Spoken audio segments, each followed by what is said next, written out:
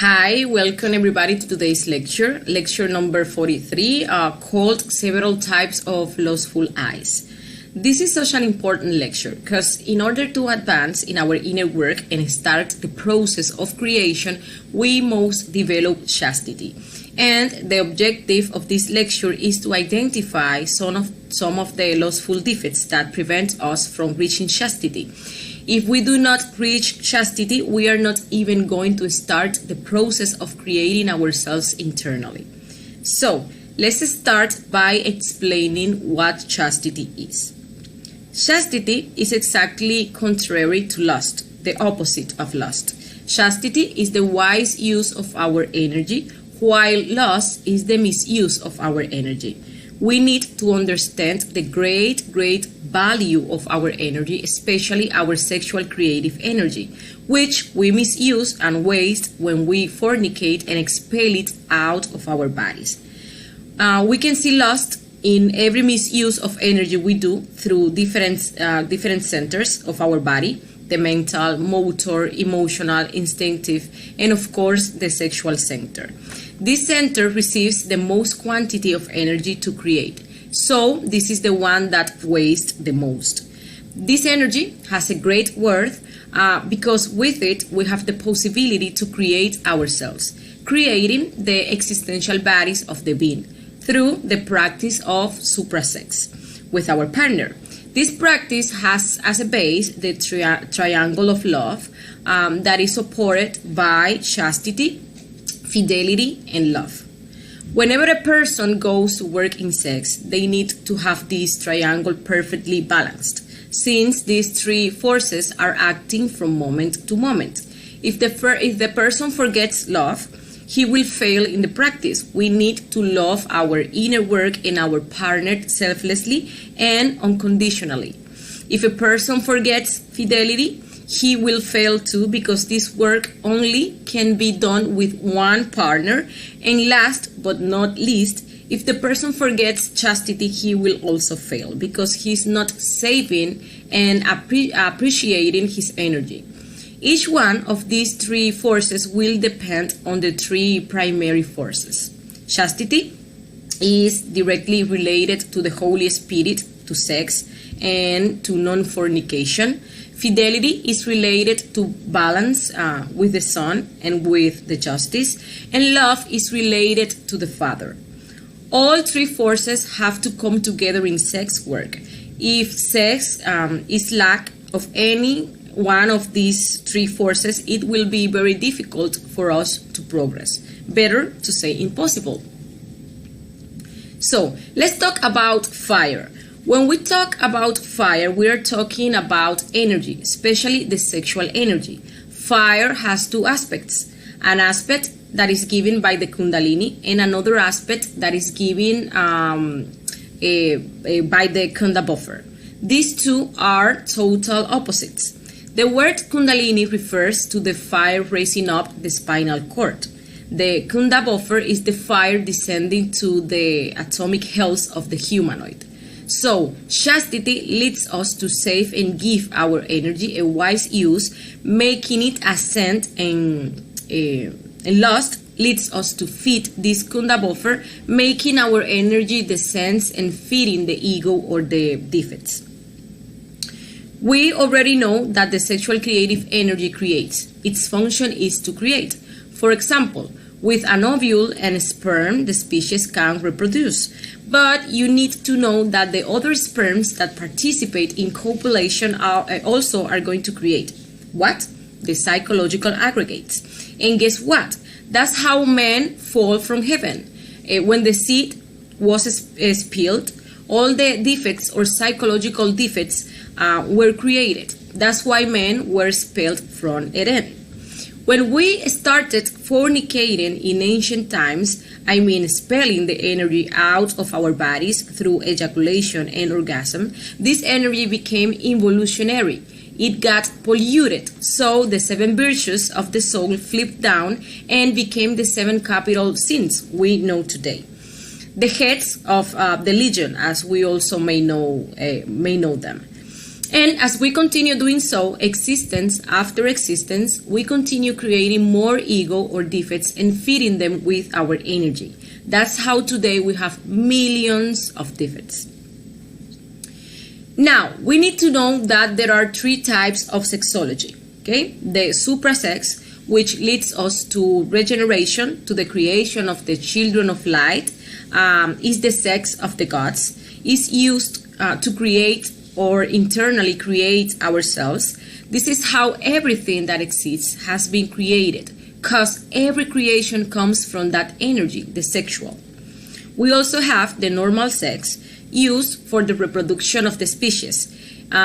Is also a practice of suprasex, but here we are not going to create us internally, but a new creature. So we ask our Divine Mother to help us in that process, and she's going to select the best seed, one seed that is going to fertilize the egg. This is called the Immaculate Conception. So there's no need to fornicate and spill millions of sperms for conception. The third type is the infrasex. It leads us to degeneration, to the reproduction of the ego. It's the kind of sex that most of us practice just to satisfy our animal desires and lust without any transcendental purpose. So why should we reflect on the eyes of lust? First, to develop chastity, so there could be creation. Second, to purify our energy, because in order to make it ascend, it needs to have a certain level of purity. And third, to obtain potency in the sexual practice, because these defects of lust have trapped all our sexual potency and we are conditioned by them. When we start practicing suprasex, we may notice less potency because we are not longer feeding these lustful defects. We are not practicing infrasexualities. So these defects get frustrated and we may notice lower levels of potency and even not desiring to do the practice. But as we start eliminating them, we are going to free the fire and energy they have trapped, and we are going to recover the potency of the consciousness. So, how should we study the eyes of lust? The process of regeneration begins with the disintegration of the defects that we know that we have. And we do this through intimate self-reflection directed by the Divine Mother. We need to reflect on when and how we created that defect, how many times we have fornicated in that way, what are the damages this defect caused me, how this eye makes me waste and spill my energy, and so on, in order to judge ourselves, to understand that defect, and then ask our Divine Mother to eliminate any detail of this eye that we are observing and discovering. Now, let us look at some of the eyes of lust. There are millions, but we'll check a few so we can have an idea or a guide to start with. Well, lust manifests through these three aspects: the desire, the mind, and the ill will. First, we have desire to fornicate, then we justify that desire, and then we act. So we need to check this structure in order to identify it and see the details of lust manifesting there. Well, we have first the fornication, which is the spilling of energy out of the body, which we do through the orgasm and ejaculation. There is a wrong concept about this word. It is said it means having sex out of the marriage, but it really means spilling or taking the seed, the semen, out of the body. This happens when we masturbate through nocturnal emissions, known also as wet dreams, and through vaginal sex. So let's start by explaining about nocturnal emissions. Why do we have nocturnal emissions? First of all, because of the impressions that we receive through the five senses, and we do not eliminate at the moment what we see, hear, smell, taste, or touch. For example, if we see a person who seems attractive to us and we do not work on that impression and all the details that are manifesting at that moment, we will pass on to identification. Then we will desire that person, remember him or her, fantasize about him or her, and by not fulfilling that desire, it will become frustrated. And most likely, when we go to sleep, there will be a dream with a lustful scene with that person, and there comes the nocturnal emission. Some other details that we will find in this defect are lasciviousness, frustrated sexual desire, the eye that provoke itself, when we provoke another person, pornography, imagining, acting, speaking, executing, planning, feeling, wanting to carry out lustful acts, and so many others that we need to discover through self-observation. So, now let's talk about masturbation. There are two types of masturbation, the solitary and the collaborative. In the solitary, we will find defects such as self-homosexuality, pornography, use of sex toys, such as artificial vaginas or penises, vibrators, inflatable dolls, and other sex toys.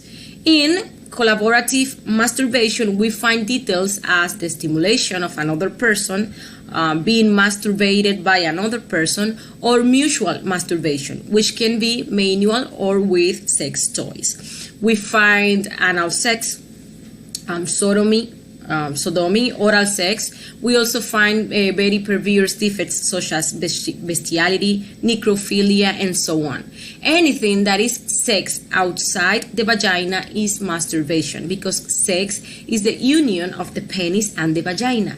Everything else is masturbation.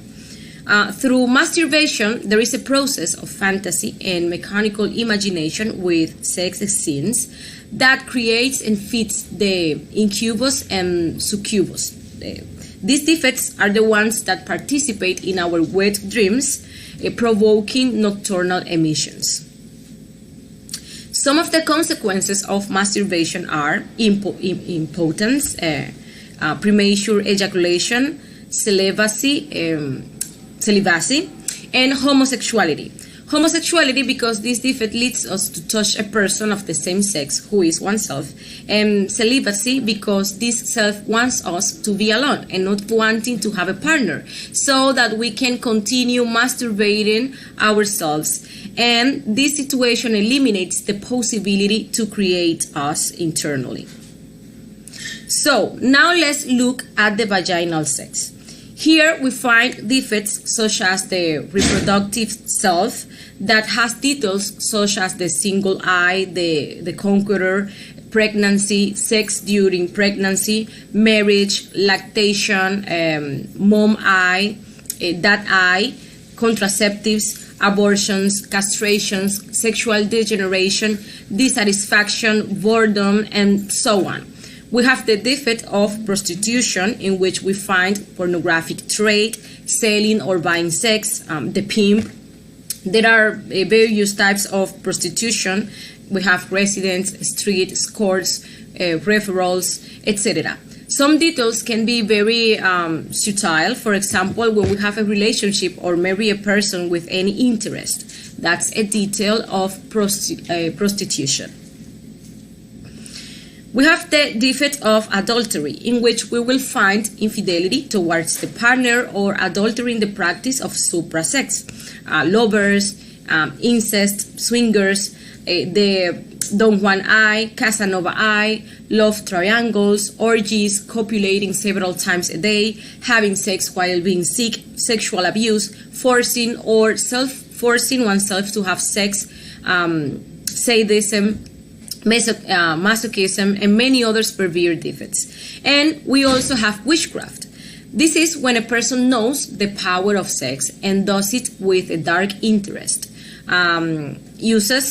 using that energy, that sexual energy, to obtain material things such as power, money, beauty. There are also other details such as love spells, sexual mooring, revenge, jealousy, manipulation, having sex in states of anger and hatred, and so on.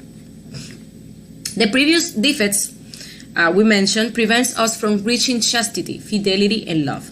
To the extent that we study those defects, we are going to understand the errors that we have committed, and we will perfect the practices of sex.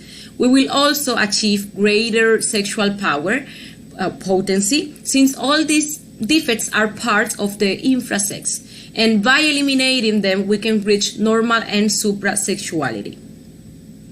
In alchemy, this process is called whitening the brass. Also, take into account that if we really want to advance in our inner work and start making radical changes, we need to stop creating more ego. So we need to stop fornicating. Remember that the sexual energy creates. So the energy that is expelled turns involutionary and comes to create new defects and revive dead defects.